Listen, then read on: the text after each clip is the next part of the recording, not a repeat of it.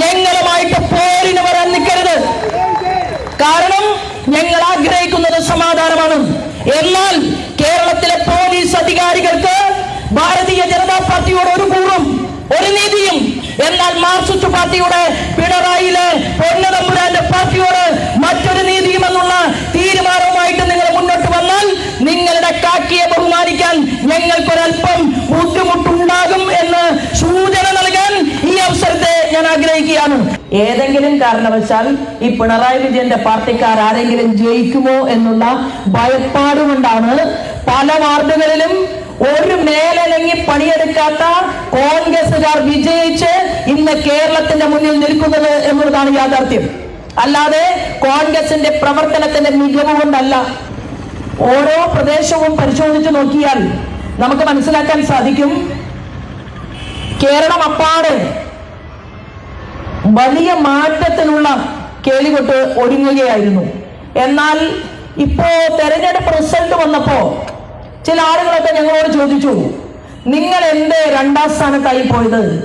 പല പ്രദേശങ്ങളിലും ഭാരതീയ ജനതാ പാർട്ടി രണ്ടാം സ്ഥാനത്താവാൻ കാരണം ഭാരതീയ ജനതാ പാർട്ടിയെ സ്നേഹിക്കുന്ന, ഭാരതീയ ജനതാ പാർട്ടിക്ക് വോട്ട് കൊടുക്കണം എന്ന് ആഗ്രഹിക്കുന്ന ബുദ്ധിമാന്മാരായിട്ടുള്ള ആളുകളുണ്ടല്ലോ, അവര് ഒരു നിമിഷം മെല്ലെ ഒന്ന് ചിന്തിച്ചു. എന്താണ്?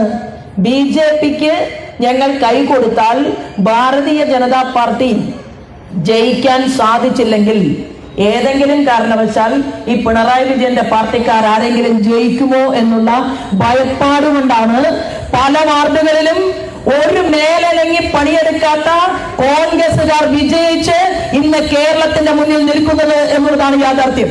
അല്ലാതെ കോൺഗ്രസിന്റെ പ്രവർത്തനത്തിന്റെ മികവ് കൊണ്ടല്ല. ഇപ്പോ കേരളത്തിൽ പഞ്ചായത്ത് തെരഞ്ഞെടുപ്പ് കഴിഞ്ഞപ്പോ പരസ്പരം പിച്ചി നോക്കുകയാണ്. ഇത് സ്വപ്നമാണോ യാഥാർത്ഥ്യമാണോ എന്ന് കോൺഗ്രസിന് മനസ്സിലായിട്ടില്ല. എന്താ കാരണം? ഇന്ത്യൻ നാഷണൽ കോൺഗ്രസ്, അതിലെ നേതാക്കന്മാർ അവർ ദേശീയ രാഷ്ട്രീയത്തിൽ 1947 മുതൽ ഈ രാജ്യത്തിന് സ്വാതന്ത്ര്യം കിട്ടിയതിനു ശേഷം എത്രയോ പതിറ്റാണ്ടുകൾ ഇന്ത്യ മഹാരാജ്യത്ത് ഭരിച്ചു. ആ ഭരണകൂടത്തെ നോക്കിക്കൊണ്ട് കേരളത്തിലെ മാർക്സിസ്റ്റ് പാർട്ടി അവര് പറഞ്ഞു, ബൂർഷ്വാ പാർട്ടിയാണ് ഇന്ത്യൻ നാഷണൽ കോൺഗ്രസ്, ആ കോൺഗ്രസിനെ പരാജയപ്പെടുത്തണം. ആ കോൺഗ്രസ് രാജ്യത്ത് അഴിമതിയിലൂടെ മുന്നോട്ട് പോവുകയാണ്. ആ കോൺഗ്രസിന് രാജ്യത്തെ ജനങ്ങളുടെ മുന്നിൽ ഒന്നും വെക്കാൻ സാധിച്ചിട്ടില്ല. ഭാരതം എന്ന് പറയുന്നത് ലോകത്തെ വലിയ വലിയ രാജ്യങ്ങളുടെ മുന്നിൽ പിച്ചച്ചട്ടിയുമായി നിൽക്കുകയാണ്. എന്നാൽ ബ്രിട്ടീഷുകാരൻ നമ്മളെ ഇവിടെ സ്വാതന്ത്ര്യം നൽകി അവർ ഈ നാട്ടിൽ നിന്ന് പോകുന്ന സമയത്ത് ഓരോ വ്യക്തിയുടെയും തലയെണ്ണിക്കൊണ്ട് അവർ നിരവധി പൊൻനാണയങ്ങൾ ഖജനാവിൽ സൂക്ഷിച്ചുകൊണ്ടാണ് നമ്മുടെ രാജ്യത്തു നിന്ന് രാജ്യത്തെ അടിച്ചമർത്തി ഭരിച്ച ഒരു ഭരണകൂടം മുന്നോട്ട് പോയത്. അവിടെ നിന്നാണ് കോൺഗ്രസ് തുടങ്ങിയത്. പക്ഷേ കോൺഗ്രസ് തുടങ്ങുമ്പോ ഈ ഇന്ത്യ മഹാരാജ്യത്ത് ഏറ്റവും കൂടുതൽ ആളുകൾ ആഗ്രഹിച്ചത് ഏറ്റവും പ്രഗത്ഭനായിട്ടുള്ള കോൺഗ്രസിലെ തന്നെ ഉരുക്കു മനുഷ്യനായിട്ടുള്ള സർദാർ വല്ലഭായ് പട്ടേൽ ഈ രാജ്യത്തിന്റെ പ്രധാനമന്ത്രിയാകണം എന്നായിരുന്നു. എന്നാൽ രാജ്യത്തെ ബഹുഭൂരിപക്ഷം വരുന്ന ഇന്ത്യൻ നാഷണൽ കോൺഗ്രസിലെ പ്രവർത്തകന്മാർ ആഗ്രഹിച്ച, നിരവധി നേതാക്കന്മാർ ആഗ്രഹിച്ച ആ സർദാർ വല്ലഭായ് പട്ടേലിന് ഇന്ത്യയുടെ പ്രധാനമന്ത്രി കസേരയിൽ ഇരിക്കാൻ യോഗമുണ്ടായില്ല. എന്താ കാരണം? അത് കുടുംബാധിപത്യ വാഴ്ച എന്നുള്ള രീതിയിൽ ശ്രീമാൻ ജവഹർലാൽ നെഹ്റുവിന് തന്റെ അച്ഛന്റെ കൂടെ നടന്നു എന്ന ഒറ്റ കാരണം കൊണ്ട്, അല്ലാതെ കോൺഗ്രസിന് വേണ്ടി കാലാകാലമായിട്ട് പ്രവർത്തിച്ചു എന്നുള്ളത് കൊണ്ടല്ല. ഇന്ത്യൻ നാഷണൽ കോൺഗ്രസിന് കറകളഞ്ഞ കോൺഗ്രസിന്റെ പ്രത്യയശാസ്ത്ര പ്രതിബദ്ധതയുള്ള വ്യക്തിയായി എന്നുള്ളത് കൊണ്ടല്ല. ഗാന്ധിയൻ സോഷ്യലിസത്തെ വിശ്വസിച്ചു എന്നുള്ളത് കൊണ്ടല്ല.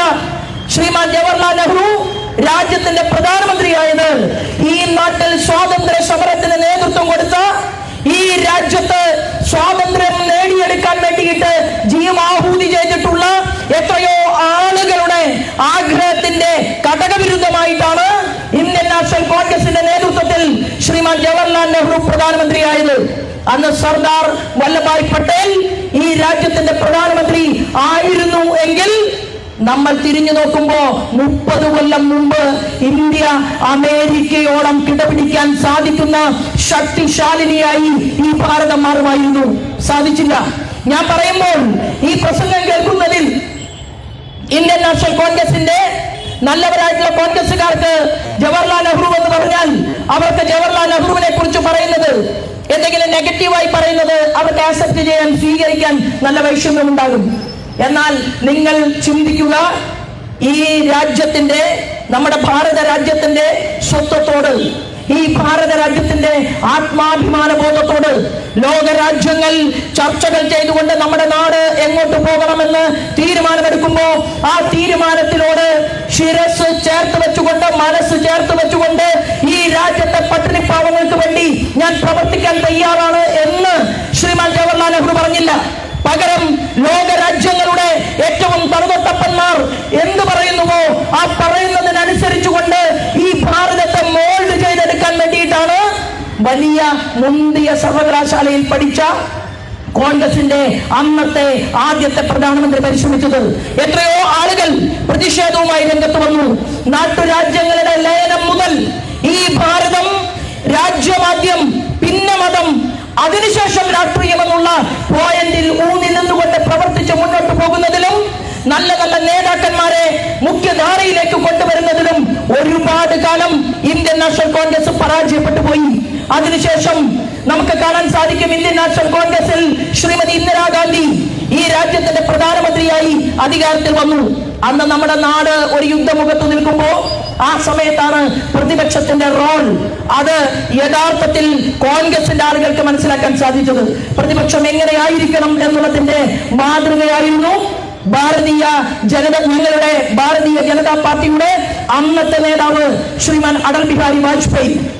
ആ അടൽ ബിഹാരി വാജ്പേയി അദ്ദേഹം ലോകത്തിന്റെ മുന്നിൽ വിളിച്ചു പറഞ്ഞത്, ലോകത്തോട് പറഞ്ഞത് ഇന്ദിര ദുർഗയാണ് എന്നാണ്. എന്തുകൊണ്ട് പറഞ്ഞു? ഈ രാജ്യം ഒരു പ്രതിസന്ധിയെ അഭിമുഖീകരിക്കുമ്പോൾ, ഈ രാജ്യം ലോകരാജ്യങ്ങൾ ഉറ്റുനോക്കുമ്പോൾ, ഈ രാജ്യത്ത് ഒരു യുദ്ധപ്രഖ്യാപനം നടക്കുമ്പോൾ ആ യുദ്ധത്തിന്റെ മുഖത്ത് നിൽക്കുന്ന ഭാരതത്തെ നോക്കിക്കൊണ്ട് പ്രതിപക്ഷം ശ്രീമതി ഇന്ദിരയുടെ പ്രവർത്തനം ശരിയല്ല എന്നല്ല ഭാരതീയ ജനതാ പാർട്ടിയുടെ നമ്മുടെ മുൻകാല നേതാവ് അടൽ ബിഹാരി വാജ്പേയി പറഞ്ഞത്. അടൽജി പറഞ്ഞു, നമ്മുടെ ഭാരതത്തിൽ നിങ്ങൾ ദുർഗയെ പോലെ മുന്നോട്ട് പോകണം, നിങ്ങളുടെ പിറകിൽ അണിനിരന്നുകൊണ്ട് ഞങ്ങൾ പ്രതിപക്ഷമുണ്ടാകും, ഈ രാജ്യത്തെ കാത്തു സംരക്ഷിക്കണം എന്നായിരുന്നു. ആ അടൽ ബിഹാരി വാജ്പേയിയുടെ പാർട്ടിയെ അന്ന് ഇന്ത്യൻ പാർലമെന്റിൽ ചില ആളുകളൊക്കെ കളിയാക്കി. അതിൽ പ്രധാനികൾ കോൺഗ്രസ് ആയിരുന്നു. കോൺഗ്രസ് പറഞ്ഞു, എന്താണ്, നാം രണ്ട് നമുക്ക് രണ്ട്. ഭാരതീയ ജനതാ പാർട്ടിയുടെ പൂർവികരുടെ പ്രസ്ഥാനം, നമ്മുടെ പ്രസ്ഥാനം അങ്ങനെ ഒരു കുടുംബാസൂത്രണ പാർട്ടിയായിട്ടാണ് പ്രവർത്തനം തുടങ്ങുന്നത് എന്ന് പറഞ്ഞു. ആ സമയത്താണ് അടൽ ബിഹാരി വാജ്പേയി ഈ രാജ്യത്തിലെ രാഷ്ട്രീയ സ്വയംസേവക സംഘത്തിന്റെയും ഭാരതീയ ജനതാ പാർട്ടിയുടെയും പ്രവർത്തകരെ അവരുടെ മനസ്സിലേക്ക് ഒരു പോയിന്റ് എറിഞ്ഞു കൊടുത്തുകൊണ്ട് അദ്ദേഹം പറഞ്ഞു, സൂരജ് ഹോത്തോ കമൽ കിലേഗ, സൂര്യനുണ്ടെങ്കിൽ താമര വിരിയുമെന്നാണ് അന്ന് അടൽ ബിഹാരി വാജ്പേയി പ്രഖ്യാപിച്ചതെങ്കിൽ സൂര്യൻ ഉദിച്ചു, താമര വിടർന്നു. രാജ്യത്തിന് ഉത്തരാഖണ്ഡിലും അതുപോലെ തന്നെ മധ്യപ്രദേശിലും രാജസ്ഥാനിലും ഡൽഹിയിലും അതുപോലെ തന്നെ ഓരോരോ സംസ്ഥാനങ്ങൾ ഇഴപിരിഞ്ഞ് പരിശോധിച്ചു നോക്കിയാൽ 16ഓളം വരുന്ന സംസ്ഥാനങ്ങളുടെ മുഖ്യമന്ത്രി പദവി താമര ചിഹ്നത്തിൽ ആളുകൾ വോട്ട് ചെയ്ത് വിജയിപ്പിച്ച് ഭാരതീയ ജനതാ പാർട്ടിയുടെ മുഖ്യമന്ത്രിമാരെ സൃഷ്ടിച്ച ഒരു കാഴ്ചയാണ് ഈ മഹാഭാരതത്തിൽ എനിക്കും നിങ്ങൾക്കും കാണാൻ സാധിക്കുന്നത്. അങ്ങനെയുള്ള ഒരു പാർട്ടി ഈ നിയോജക മണ്ഡലത്തിൽ നമ്മൾ പഞ്ചായത്തിൽ അധികാരമേറ്റെടുത്തപ്പോൾ ഇന്നലെ അടിയുണ്ടായി എന്നാണ് പറഞ്ഞത്. ഞാൻ പറയാൻ ആഗ്രഹിക്കുന്നത്, ഞങ്ങൾ ആഗ്രഹിക്കുന്നത് അടിയുണ്ടാക്കാനല്ല. ഞങ്ങൾ ഇവിടുത്തെ എന്റെ പ്രസംഗം കേൾക്കുന്ന പോലീസ് അധികാരികളോട് പറയാൻ ആഗ്രഹിക്കുകയാണ്, കണ്ണൂരില് പാനൂരില് ഞങ്ങളുടെ പ്രിയപ്പെട്ട KT ജയകൃഷ്ണനെ വെട്ടിക്കീറി പിഞ്ചുകുട്ടികളുടെ മുന്നിലിട്ട് കൊല ചെയ്തതിനു ശേഷം ആ പാനൂർ അങ്ങാടിയിലെ മൊകേരിയില് കമ്മ്യൂണിസ്റ്റ് പാർട്ടി തിരുത്തൂരം പ്രഖ്യാപിച്ചുകൊണ്ട് പറഞ്ഞു, ഭാരതീയ ജനതാ പാർട്ടിയുടെ കൊടിക്കൂറകളെല്ലാം അഴിച്ചു മാറ്റണമെന്ന് പറഞ്ഞപ്പോ സ്ത്രീകൾ ഉൾപ്പെടെ, എനിക്ക് ഓർമ്മയുണ്ട്, ഞാൻ ഉൾപ്പെടെയുള്ള എത്രയോ ആളുകൾ ആ റോഡിലൂടെ നടന്നു നീങ്ങി കണ്ണൂരിലെ സഖാക്കന്മാരെ ഭയപ്പെടാതെ ഈ കൊടി ഞങ്ങൾ ഉയർത്തിക്കെട്ടിയിട്ടുണ്ടെങ്കിൽ ഞങ്ങളുമായിട്ട് പോരിന് വരാൻ നിൽക്കരുത്. കാരണം ഞങ്ങൾ ആഗ്രഹിക്കുന്നത് സമാധാനമാണ്. എന്നാൽ കേരളത്തിലെ പോലീസ് അധികാരികൾക്ക് ഭാരതീയ ജനതാ പാർട്ടിയോട് ഒരു കൂറും ഒരു നീതിയും എന്നാൽ മാർക്സിസ്റ്റ് പാർട്ടിയുടെ പിണറായിയിലെ പൊന്നതമ്പുരാന്റെ പാർട്ടിയോട് മറ്റൊരു നീതിയും എന്നുള്ള തീരുമാനവുമായിട്ട് നിങ്ങൾ മുന്നോട്ട് വന്നാൽ നിങ്ങളുടെ കാക്കിയെ ബഹുമാനിക്കാൻ ഞങ്ങൾക്കൊരൽപ്പം ബുദ്ധിമുട്ടുണ്ടാകും എന്ന് സൂചന നൽകാൻ ഈ അവസരത്തെ ഞാൻ ആഗ്രഹിക്കുകയാണ്. എന്നാൽ കൂട്ടത്തിൽ ഞങ്ങൾ പറയുകയാണ്, നിങ്ങളുടെ കാക്കിയെ ഞങ്ങൾ നിങ്ങളെക്കാൾ ബഹുമാനിക്കുകയാണ്. നിങ്ങളെ കാക്കി വസ്ത്രം അണിഞ്ഞത് 18 വയസ്സ് കഴിഞ്ഞ് പഠിച്ച് പോലീസിന് നിങ്ങൾക്ക് ജോലി കിട്ടിയപ്പോഴാണ്. ഞങ്ങളുടെ ആൺകുട്ടികളുണ്ടല്ലോ 6 വയസ്സും 5 വയസ്സും ഉള്ളപ്പോ കാക്കി നിക്കറിട്ട് കബഡി കബഡി കബഡി എന്ന് പറഞ്ഞ് രാഷ്ട്രീയ സ്വയംസേവക സംഘത്തിന്റെ ശാഖയിലൂടെ പ്രവർത്തിച്ച് കടന്നു വന്ന് പിന്നീടാണ് ഭാരതീയ ജനതാ പാർട്ടിയുടെ ചുമതലകളിലേക്ക് കടന്നു വന്നിട്ടുള്ളത്.